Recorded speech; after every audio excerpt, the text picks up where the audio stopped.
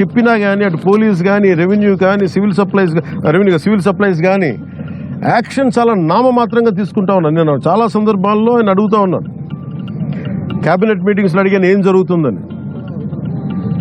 నేను ఒకటే ఏం చెప్పానంటే, ఇందాక మన మనోహర్ గారికి వీళ్ళకి మనం ఏ యాక్షన్ కనుక మనం ముందుకు తీసుకెళ్ళకపోతే వీళ్ళు ఇన్ని మాటలు చెప్పి దీన్ని ఏమి ముందుకు తీసుకెళ్ళలేదేంటి అన్న అపవాదం మనందరి మీద ఉంటుంది.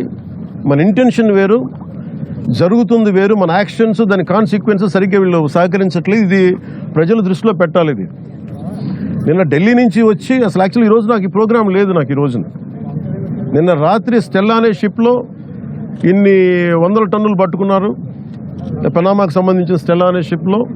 అలాగే ఇక్కడ దాదాపు 1060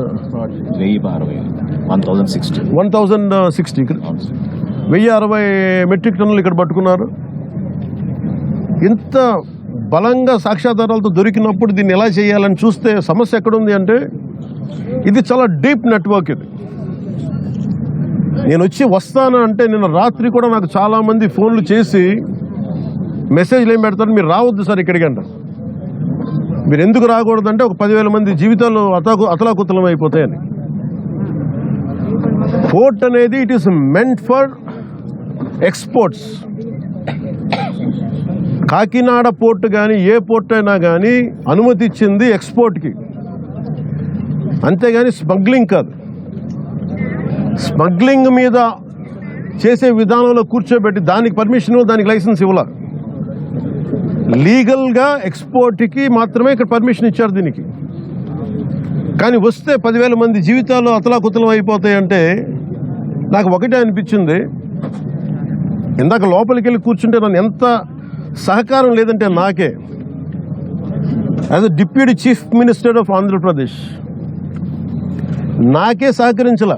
ఇక్కడున్న ఈ ఏమో పోర్ట్ అధికారులు, షిప్ అక్కడ స్టెల్లా అనే షిప్ ఉంది, పైకి ఎక్కాలి. దాన్ని ఒక దాదాపు 6 కంపార్ట్మెంట్స్లో దాన్ని ఏముంటుందండి, 6 కంపార్ట్మెంట్స్లో 3 కంపార్ట్మెంట్స్ ఇది ఉంది. దాన్ని సీజ్ చేసి అక్కడ ఆఫ్ చేసాం. లోపలికి వెళ్ళి చెక్ చేద్దామంటే ఈ అనుకూలంగా లేదు మీకు పైకి ఎక్కడానికి అని చెప్పి అక్కడే తిప్పుతున్నాను నన్ను. ఇంత ఆబ్వియస్గా నాలాంటి వాడికి ఇంత ఆబ్వియస్గా అందరూ చూస్తుండగా, అంటే దీని వెనక ఎంత డీప్ రూటెడ్ నెట్వర్క్ పనిచేస్తాం మీ అందరికీ అర్థం. కొండబాబు గారు కూడా అదే చెప్తా ఉన్నారు. చూడండి సార్ ఎలా ఉందంటే అదే చెప్తా ఉన్నారు. నేను మీకు ఎప్పటి నుంచో మొత్తుకున్నాను సార్, ఇదే మీకు మీ దృష్టికి తీసుకొస్తుందని. ఇందాక మీకు చెప్పాను, కొండబాబు మనం కూర్చోబెట్టి మనం మెత్తగుంటే సరిపోదు, మనం గట్టిగా మాట్లాడాలి దీని మీద మనం అందరం అని అది చెప్తా ఉన్నాను కొండబాబు గారికి.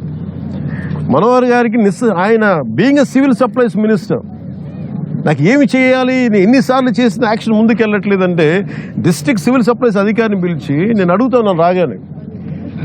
నేను ఇక్కడున్న సెక్యూరిటీ అధికారిని అడిగా, చెక్ పోస్టులో సెక్యూరిటీ అధికారి, మీకు పర్మిషన్ ఎవరు ఇచ్చారు, హూ చెక్స్ దిస్ అంటే, మాకు నో అబ్జెక్షన్ సర్టిఫికేట్ ఉంది, ఎవరు ఇచ్చారు మీకు, దాని మీద అధికారికంగా ఏమైనా ఉత్తరప్రదేశ్